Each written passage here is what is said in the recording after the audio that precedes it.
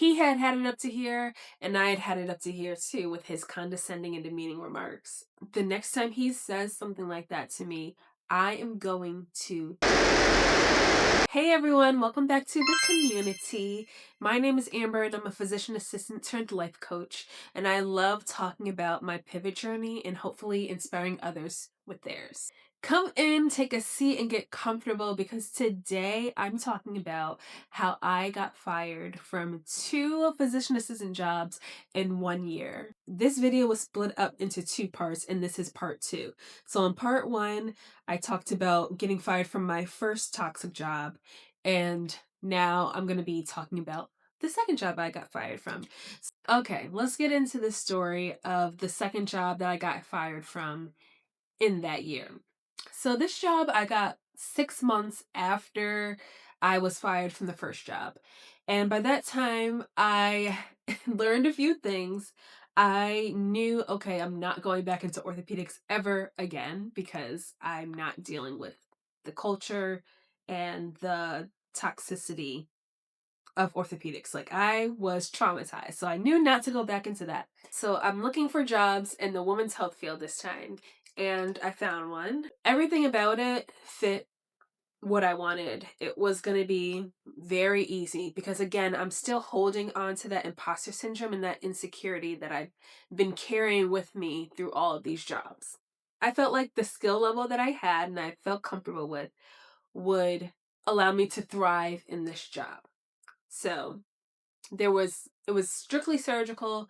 There was no obstetric side, so I didn't have to take care of any pregnant women. It was just surgeries, and it was same day surgeries. They were in and out the same day. They weren't in the hospital. They weren't sick enough to be in the hospital. It seemed easy enough. And again, since I'm carrying that insecurity, I needed to go into a job where I could feel competent. So I interviewed for this job, and this time I have a little bit experience from my last job, and I know to look for red flags. And I didn't really hear any red flags, but I was sure to ask about the personalities of the surgeons. I specifically asked about the environment and the workplace culture. And I was told that I would be working with 2 surgeons, and they were both really nice and helpful and want to teach. So to me, green flag, that's exactly what I need. I need surgeons who are going to be patient, who are kind, who are willing to work with me, willing to train. I still not been trained adequately in any of the jobs that I had so far as a PA. So I'm like, great, there were no red flags that I heard from the interview. Everything went really quickly. I accepted the offer, we start. Women's health is like a totally different world from orthopedics. Okay, everybody was so nice and so kind and caring and helpful, and I felt like I could ask questions, and I didn't feel like people were making me feel stupid for asking questions or making me feel inadequate for asking questions, and it was like the perfect environment for where I was. Everything was great until I met one particular surgeon. And like I said, there were 2 surgeons that I worked with. One of them was great. The other one, there always has to be one. His personality was he could be up and laughing and joking and sarcastic and fun, and he can be totally negative, and everybody in the workplace is going to feel it. The whole environment is thrown off. Whatever his mood was, it dictated the whole environment of the operating room, which always creates anxiety because you don't know what kind of mood they're going to be coming in. So as soon as you get that like little glimpse of, oh, it's a good day, then you can relax the full day. But if not, then you are on pins and needles for the whole rest of the shift because you don't want to piss him off and make the whole rest of the day miserable. When he was in his bad moods, he was very condescending. And he had a little bit of a sarcasm to his personality. There was just a line, a thin line between he's playing and he's being dead serious. And I never knew what side of the line he was on. And I'd be like, okay, now it's past the line. Now it's not really sarcasm. Now it's demeaning. And I don't do well with that.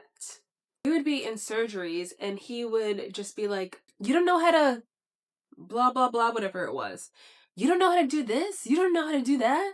I'd be like, no, you never taught me how to do that. No, I never learned how to do that. How do you do it? I'd be like, just teach me one time and then I'll know how to do it. Instead of you mocking me and making it a bigger deal than it has to be. Just teach me one time. Or he'll like roll his eyes, or if I was taking too long to do the next step or to grab the next instrument or whatever it was, if I was taking too long, he'd roll his eyes and he would just like audibly yawn super loud, and I'd be like, in my head, roll my eyes, right? And I would be like, no, I'm not about to do that. I'm getting it. I'm picking it up. Give me a second. I'm getting the instrument. Give me a second to think this through. I'm not about to do that. I would like talk through my steps out loud so he would know what I'm about to do, instead of assuming that I'm wrong. Coming into this job, I told myself I don't have to earn the right to speak up for myself. I don't have to earn my respect or just ability to be a human and take up space here. I don't have to earn it. It should be given to me. And if it's not, then I should speak up for myself. And I have the right to do so. That was a thing that I really wish I had at the last job that I was fired at. I wish I knew the power in my voice, and I wish I used my voice to speak up for myself. And I wish I didn't wait until I felt that I was at a certain skill level to be able to be allowed to speak up for myself. One day I'm scheduled to do surgery with Dr. V, and of course he's in one of his bad moods. He is picking apart every little thing I do, the smallest of things. It's never ever a concern for the patient's safety. He's just picking every little thing apart because he wants me to do it his way. So on this particular day, we are doing a surgery, removing a woman's fibroids, and we're standing across each other working together. Whatever I did, it wasn't exactly what he wanted me to do. Like, well, that was stupid. Why would you do that? That was stupid. And grabbed the instrument from my hand and just started doing it from my side of the table. And then he just gives the instrument back to me, like, here. Like I said in my last video, I am someone who cries when I'm angry. So I feel the tears. I feel the tears welling up, and I feel like in my chest that I want to start crying because I'm so mad. But I suppress it down. I hold it in and I say nothing. And he says, you think I'm just being an asshole, don't you? And without a second of thought, I said, you are. I looked him dead in his eyes and I said, you are. Imagine, right? We're looking down doing the surgery. I'm trying to hold back the tears so bad. Don't look up. Don't let him see that my eyes are watery. Don't let him know I'm crying. But when he said, you think I'm being an asshole, don't you? I said, you are. And we looked each other dead in the eyes, and we're wearing masks over our mouths, our nose and our mouths, because we're in the OR. But he could see my eyes. And he knew I was dead serious. We're not being sarcastic. We're not playing around anymore. He had had it up to here, and I had had it up to here too with his condescending and demeaning remarks. And I knew, like, the next time he says something like that to me, I am going to speak up. Because remember, I had found my voice by this point. And I was determined to use my voice, unlike how I did in my last job. And he's like, you think I'm being, you are. And all it took were those 2 words to fire me. Ain't no fun when the mouse got the gun. He wanted to continue to make fun of me, expecting me to take it. Just take all the hits. But finally, when I speak up, then he tries to patch it up and make things better. So, of course, now he tries to play it off. We had previous conversations about how he likes to go fishing. And I said, my dad likes to go fishing as well.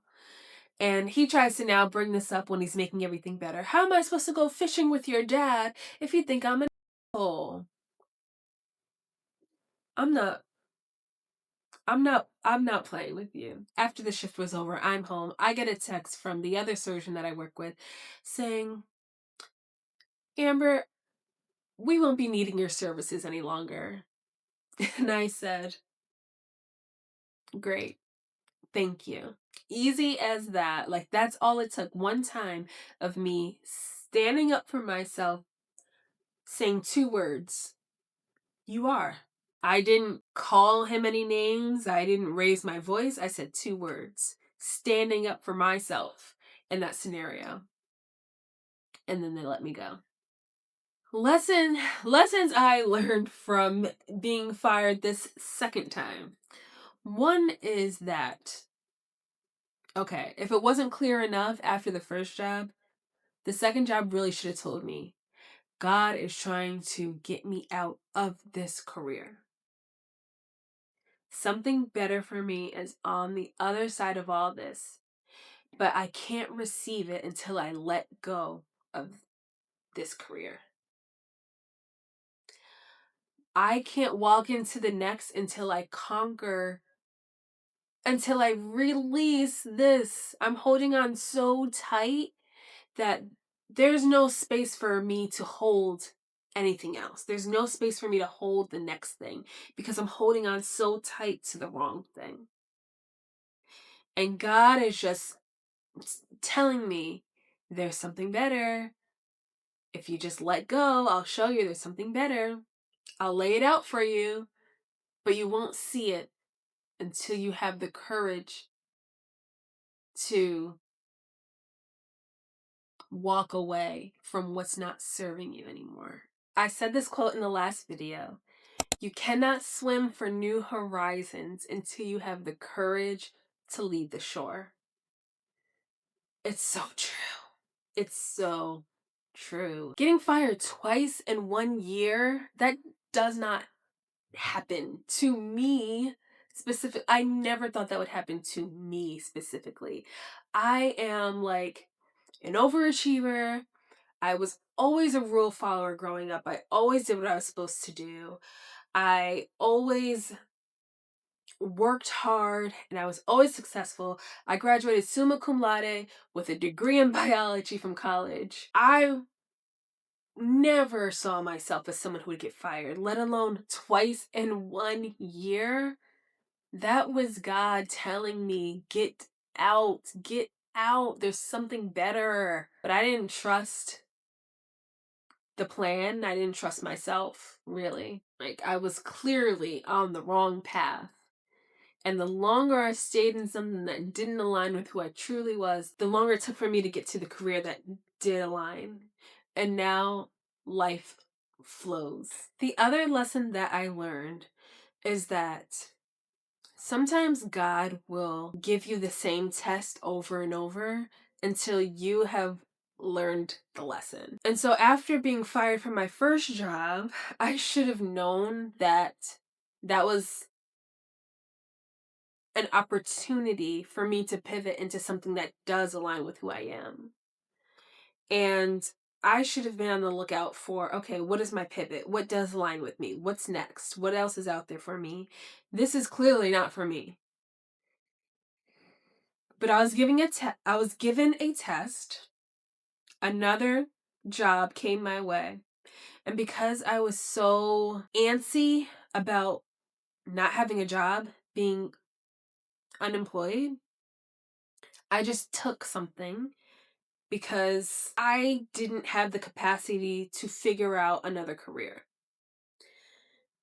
And I felt like I needed money, I needed direction, I needed a path. Let me grab onto this next job.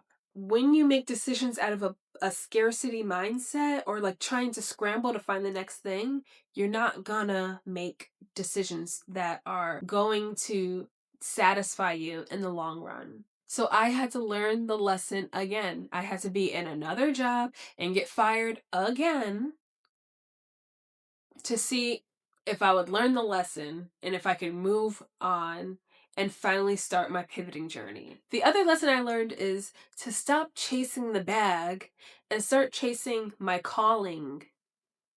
And I know that is like against what society tells you, that you need to be chasing the bag, always hustling. But hustling didn't get me anywhere that I need to be. You can hustle, but if you're hustling in the wrong direction, you're not going to get to where you need to be. So I'm just feeling so antsy and insecure about not having a job and not having an income that I just grabbed anything. I just grabbed the next PA job, even though I had the tiny voice in my head after getting fired the first time telling me that I need to pivot. I didn't pivot because I wanted money. And I know everyone's situation is different, but if you have the ability to figure out your calling and figure out what actually aligns with who you are and tap into that inner voice instead of just grasping onto the first job, if you have the ability to tap into that inner voice, do that because it'll save you a lot of time, energy, and stress in the long run. You can hustle, but hustle in the direction toward your calling. Don't chase the bag, chase your calling, you know? And I know that's opposite of what society tries to tell us, but are you going to live for society or are you going to live for you? Do you want what society tells you to have or do you want what you want to have? Do you want the life that looks appealing to society or do you want the life that looks and feels good to you? And if you don't know your calling yet, that is okay. I didn't know it at the time. When I was searching for all these jobs, I didn't know it at the time either. But I did know I didn't like what I was doing. And that always opens opportunity for a pivot. And I just wish I gave that time to marinate.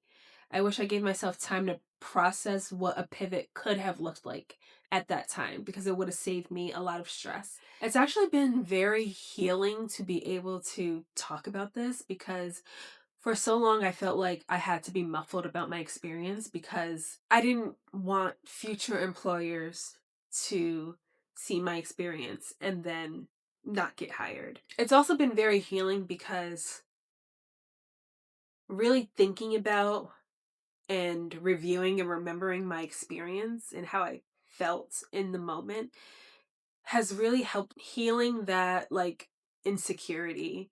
And I've been able to kind of give myself a little bit more grace after recounting my experiences. And so I've been enjoying sharing these stories with you all. If anything in this video resonated with you, please leave a comment down below so we can keep the conversation going. I made this channel because I know what it's like to be in a job and in a career that doesn't align with who you actually are. So I made this channel to share my story and hopefully help other people realize maybe they're not aligned, help them to gain clarity, reconnect with themselves, and start building a life that actually feels like theirs. If you're interested in coaching and want to know what it'd be like to work with me, you can click the link in the description down below. That will allow you to set up an alignment call. We can hop on a call and chat, and if it seems like a good fit, we can talk about next steps. And I'll see you in the next one. Bye.